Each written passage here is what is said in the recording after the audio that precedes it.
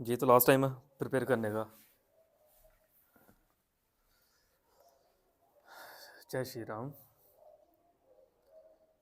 जैसे कि कुछ बच्चे मेरे को पूछ रहे थे कुछ क्लास 12 के इंपॉर्टेंट कुछ क्वेश्चन बता दो कि एक वीडियो बना के दे दो कि जो क्वेश्चन एग्जाम के लिए इंपॉर्टेंट है, कौन कौन से क्वेश्चन इंपॉर्टेंट है एग्जाम के लिए।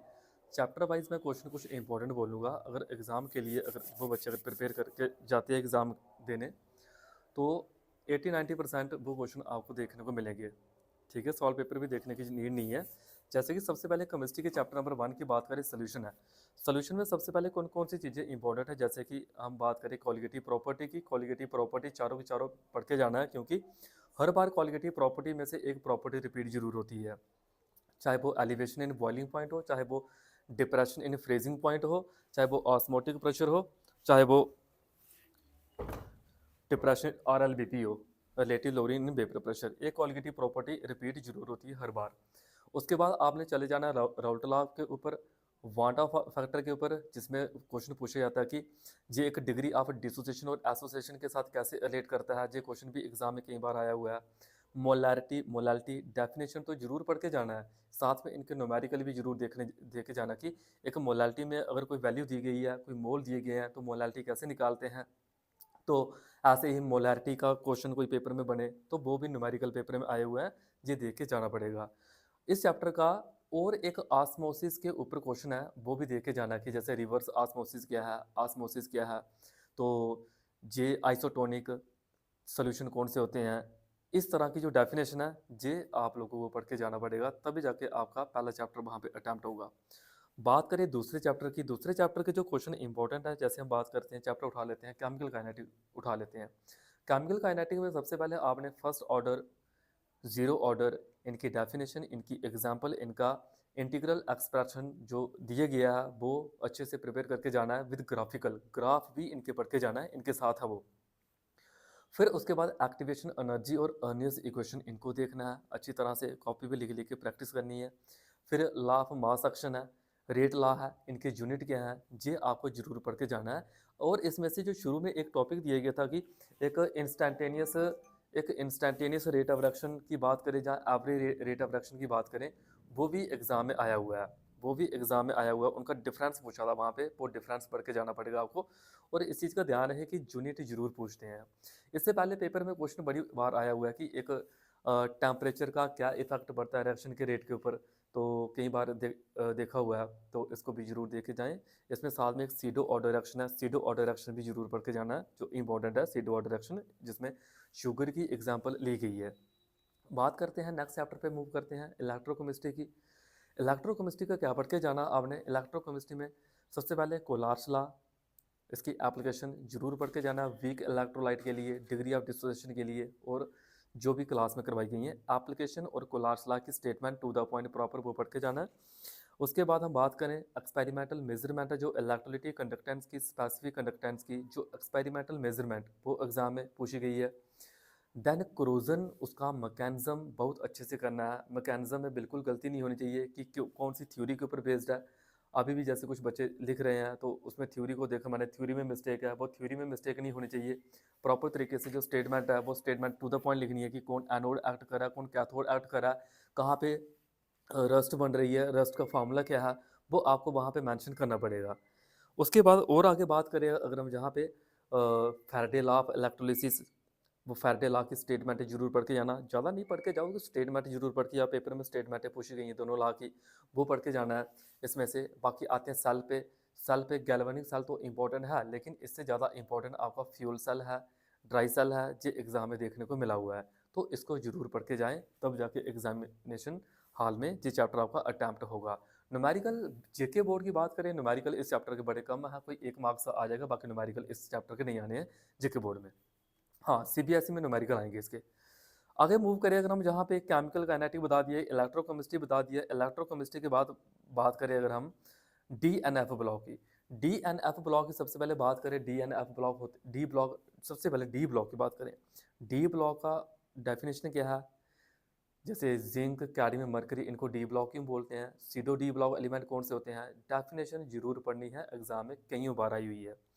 फिर बात करें KMnO4, एग्जाम में ऐसे पूछा गया कि write the preparation of KMnO4 how it act as oxidising agent. कोई भी रिएक्शन पूछ लेंगे, कई बार तो डायरेक्ट पूछ लेते हैं कि हाइड्रोजन सल्फाइड से सल्फर में कैसे कन्वर्ट होता वो, एल्डिहाइड टू कार्बोक्सिलिक एसिड कैसे कन्वर्ट होता वो। तो ये चीज़ें आप तभी अटैम्प्ट कर पाओगे जब आप इसको अच्छी तरह से पढ़ के जाओगे या अच्छी तरह से देख के जाओगे, ऐसे ये अटैम्प्ट नहीं होने वाला। उसके बाद बात करें अगर हम जहाँ पे K2Cr2O7 की यानी कि पोटेशियम डाइक्रोमेट, सेम इसकी भी प्रिपरेशन, इसके भी जो ऑक्सीडाइजिंग एजेंट के जो क्वेश्चन है वो जरूर पढ़ के जाना है। बात करते हैं डी ब्लॉक की प्रॉपर्टी की, कौन कौन सी पढ़ के जाना जो एग्जाम के लिए इंपॉर्टेंट है। एक है कलर, मैग्नेटिक प्रॉपर्टी, कलर, और उसके बाद ऑक्सीडेशन स्टेट, ये जरूर देख के जाना। बाकी एग्जाम में एटॉमिक रेडियाई, आयोनाइजेशन एनर्जी आ जाए तो ये हम अपने से खुद भी बना के लिख सकते हैं, क्योंकि 11th का नॉलेज हमें केमिस्ट्री का है ही है वो। मूव करते हैं एफ ब्लॉक में। एफ ब्लॉक में सबसे पहले पढ़ना आपने एफ ब्लॉक की डेफिनेशन क्या है, उसके बाद lanthanide contraction with consequences, lanthanide contraction with consequences ये जरूर पढ़ना आपने, ठीक है। लेंथनाइड एक्टनाइड का कभी कभी आपको ऐसा पॉजिटिव और नेगेटिव में इनकी एडवांटेजेस डिसएडवांटेजेस भी पूछ लेंगे, उनको भी जरूर देखना, ये आपने इसके बारे में पढ़ के जाना है। मूव करते हैं कोऑर्डिनेशन कंपाउंड पे। कोऑर्डिनेशन कंपाउंड में सबसे पहले आपने बीबीटी थ्योरी को पकड़ना है। बीबीटी थ्योरी में से क्या पढ़ना है, उसकी एग्जाम्पलें पढ़नी है कि किस तरह से पैरामैग्नेटिक है, डायामैग्नेटिक है, किस तरह से इनर डी कम्प्लेक्स है, आउटर डी कम्प्लेक्स की तरह काम करता है, इसका शेप कौन सी है, ट्राइगोनल है, ठीक है, टेट्राहेड्रल है, जब कौन सी शेप है, वो शेप के बारे में बीबीटी थ्योरी। उसके बाद आपने क्रिस्टल फील्ड थ्योरी पकड़नी है। उसके बाद आपने छोटे छोटे कंसेप्ट पे आना, जैसे बाईडेंटेड, डाईडेंटेड, या ईडीटीए होता क्या है, ईडीटीए के बारे में पढ़ना आपने, क्या चीज़ है ये ईडीटीए। उसके बाद ये ऑक्सीडेशन नंबर क्या है, डिफाइन पूछ लेते हैं, कोऑर्डिनेशन नंबर क्या है। बाकी IUPAC नेमिंग पूछते हैं इसमें से, जैसे बिस कब लगेगा, 8 कब बोलते हैं, इथाइली डाईअमाइन कब बोलते हैं, और 8 कब नहीं बोलते हैं। IUPAC नेमिंग में आपको विद ऑक्सीडेशन स्टेट जी आपको 2-3 पॉइंट एग्जाम में पूछते हैं। उसके बाद स्टेबिलिटी ऑफ द कम्प्लेक्स में कभी कभी पूछ लेते हैं, जहाँ बात करें उसके बाद हम कोऑर्डिनेशन कंपाउंड की इंपॉर्टेंस क्या है, वो एग्जाम में इंपॉर्टेंट रोल प्ले करता है। उसके बाद एक क्वेश्चन बचा हमें आइसोमेरिज्म का।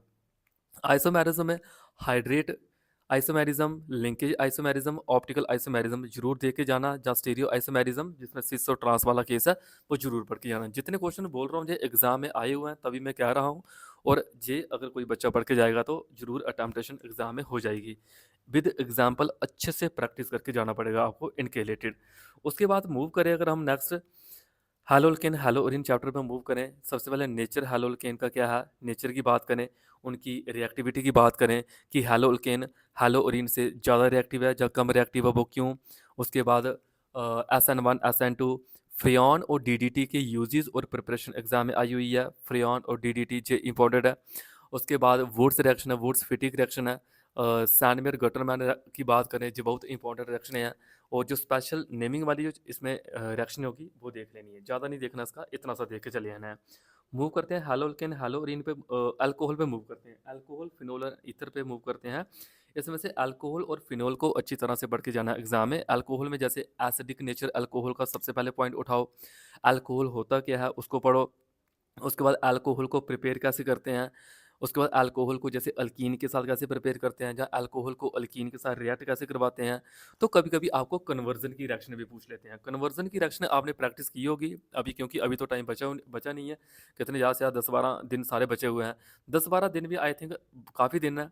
अभी भी किसी बच्चे को अगर पता नहीं है कि क्या क्या चीज़ें मुझे पढ़नी चाहिए, तो ये जो मैं बता रहा हूँ इतना अगर वो पढ़ लेता तो आई थिंक वो पास या अच्छे मार्क्स लेके आ सकता है केमिस्ट्री में। और अल्कोहल की और बात करें, कुछ टेस्ट जहाँ पे टीचर ने पढ़ाए होंगे आपको, जैसे ल्यूकास टेस्ट की बात करें, विक्टर मेयर टेस्ट की बात करें, ये एग्जाम में बहुत इंपॉर्टेंट है, ठीक है। और एसिडिक नेचर मैंने बोला ये जरूर पढ़ना है। फिनोल की बात करें, फिनोल का भी एसिडिक नेचर, कंपैरिजन इसका फिनॉक्साइड के साथ वो पढ़ना है, एसिडिक नेचर पढ़ना है।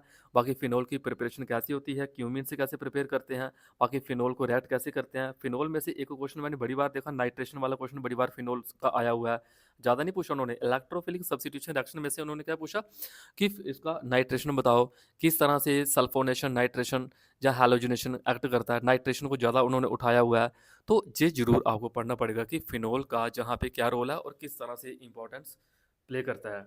फिनोल की केमिकल प्रॉपर्टी मैंने कुछ बोली नहीं है, वो जरूर देखे जाना जहाँ जहाँ पे स्पेशल नाम है रिएक्शनों के, ठीक है। कोल्बे रिएक्शन जरूर पढ़ें। चलो नेक्स्ट मूव करते हैं आगे वाले चैप्टर पे, जैसे कि अमाइन। अमाइन से क्या पढ़ना आपने, अमाइन की बात करें Gabriel phthalimide reaction, carbylamine reaction, Gabriel Hinsberg test क्या है, जहाँ 1 डिग्री 2 डिग्री 3 डिग्री अमाइन कैसे प्रिपेयर करते हैं, हाफमैन अमोनोलिसिस क्या है। जी एक इंपॉर्टेंट क्वेश्चन है जो आपको देख के जाना पड़ेगा अमाइन में से। उसके बाद डाइजोनियम साल्ट भी है इसी चैप्टर में। डाइजोनियम साल्ट का मैकेनिज्म पढ़ के जाना और डाइजोनियम साल्ट प्रिपेयर कैसे करते हैं।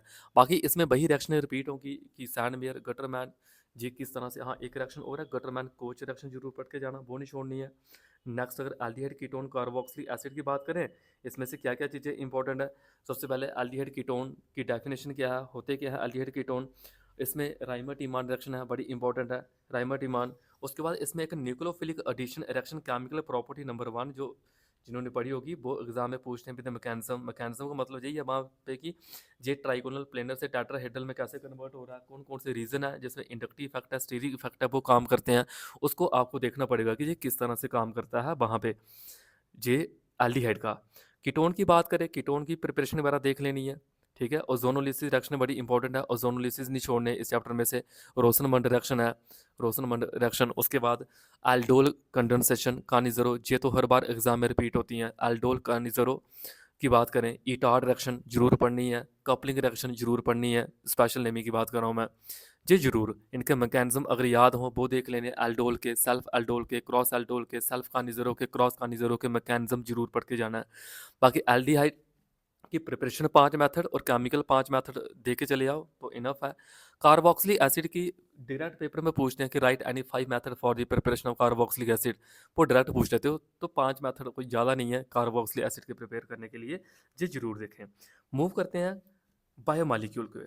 बायोमालिक्यूल में सबसे पहले कार्बोहाइड्रेट है क्या है, जहाँ लंबा चौड़ा पढ़ने की नीड नहीं है। कार्बोहाइड्रेट होते क्या हैं जस्ट वो पढ़ना है, उसके यूजेस क्या हैं वो देख लेना है। उसके बाद सुक्रोज के बारे में पढ़ लेना, माल्टोज के बारे में पढ़ लेना, ठीक है। आफ्टर दैट डीएनए आरएनए का डिफरेंस क्या है, डीएनए आरएनए होते क्या हैं, और विटामिन के बारे में जरूर पढ़ना है। 1 नंबर का क्वेश्चन विटामिन का जरूर निकलता है कि विटामिन की डेफिशिएंसी से कौन सी डिजीज होती है। जैसे विटामिन सी की डेफिशिएंसी से स्कर भी डिजीज है, ए से कौन सी डिजीज है, रिकेट है, क्या है, रेटिनोल, जहाँ केमिकल नाम क्या है उनके। ये डेफिशिएंसी और डिजीज जरूर देख के जाना है, जी एग्जाम में इसका विटामिन का निकल के आता क्वेश्चन। और इसमें से कुछ क्वेश्चन और मैं बोलता हूँ, जैसे ज्विटर आयन क्या है, ग्लाइकोसिडिक लिंकेज क्या है, जी छोटी छोटी डेफिनेशन पूछी गई हैं। पेप्टाइड बॉन्ड कैसे बनता है, जे पेपर में पूछा गया है।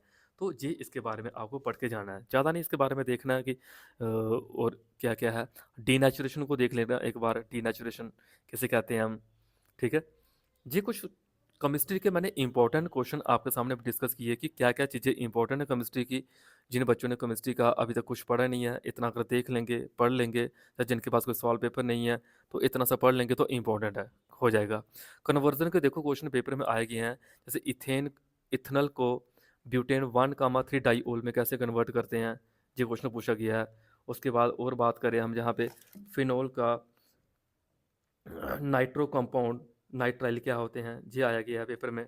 उसके बाद और क्वेश्चन की बात करें, फर्स्ट ऑर्डर रिएक्शन का न्यूमेरिकल पूछे गए हैं पेपर में, फर्स्ट ऑर्डर के रिएक्शन के न्यूमेरिकल। जे अमाइन ज़्यादा बेसिक क्यों होता है अमोनिया से, बेसिक नेचर पूछा अमाइन का। तो यानी छोटे छोटे क्वेश्चन है जो खुद देखना पड़ेंगे।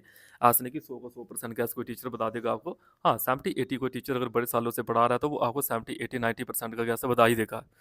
कन्वर्जन के क्वेश्चन आए हैं, पहले नहीं पूछ रहे थे लेकिन अब थोड़ा पेपर को कंसेप्चुअल कर रहे हैं तो कन्वर्जन के क्वेश्चन भी पूछ रहे हैं। बेंजोइक एसिड को बेंजाइल अल्कोहल में कैसे कन्वर्ट करना है, जहाँ नाइट्रो बेंजोइक एसिड में कैसे, मिथाइल बेंजोएट में कैसे कन्वर्ट करना है। तो ये तभी आएगा जब आपको पता होगा कि हमने अच्छे से हार्डवर्क किया हुआ है, कि हमें पढ़ाया गया था कि अगर कोई रिड्यूसिंग एजेंट की प्रेजेंस में रिएक्शन को लेना हो तब क्या बनता है, या कोई कंसंट्रेटेड H2SO4 की प्रेजेंस में लेना हो तो तब क्या बनता है, ठीक है। जित वही स्टूडेंट इनको अटैम्प्ट कर पाएगा, ऐसे अटैम्प्ट नहीं होने वाले हैं। उसके बाद छोटे छोटे क्वेश्चन है बाकी, जैसे एसिडिफिकेशन क्या थी, कहानी जरो जो मैंने बता दिया आपको। कार्बोक्सिलेशन, डी कार्बोक्सिलेशन ये क्या है, कोलवे रिएक्शन क्या है, ये एग्जाम में आया गया है। एल्डिहाइड का क्वेश्चन पूछा उन्होंने कि टॉलरेंस रीजेंट के साथ ये कैसे रिएक्शन शो करता है। तो टॉलरेंस रीजेंट और फेलिंग सोल्यूशन की ये प्रॉपर्टी है, तभी मैंने कहा प्रिपरेशन और केमिकल प्रॉपर्टी 4-4 5 बार पढ़ के जरूर जाना। अल्कोहल फिनोल हो गया और एल्डिहाइड कीटोन हो गया, एग्जाम में जरूर आएंगे ये। इतना सा अगर पढ़ के चले गए पेपर आपका अटैम्प्ट हो जाएगा, छूटेगा नहीं। जो 2-2 1-1 मार्क्स से छूटेंगे वो आप ऐसे भी दिमाग लगा के कर दी लोगे उनको अटैम्प्ट, बाकी इधर उधर जाने की नीड नहीं है, ठीक।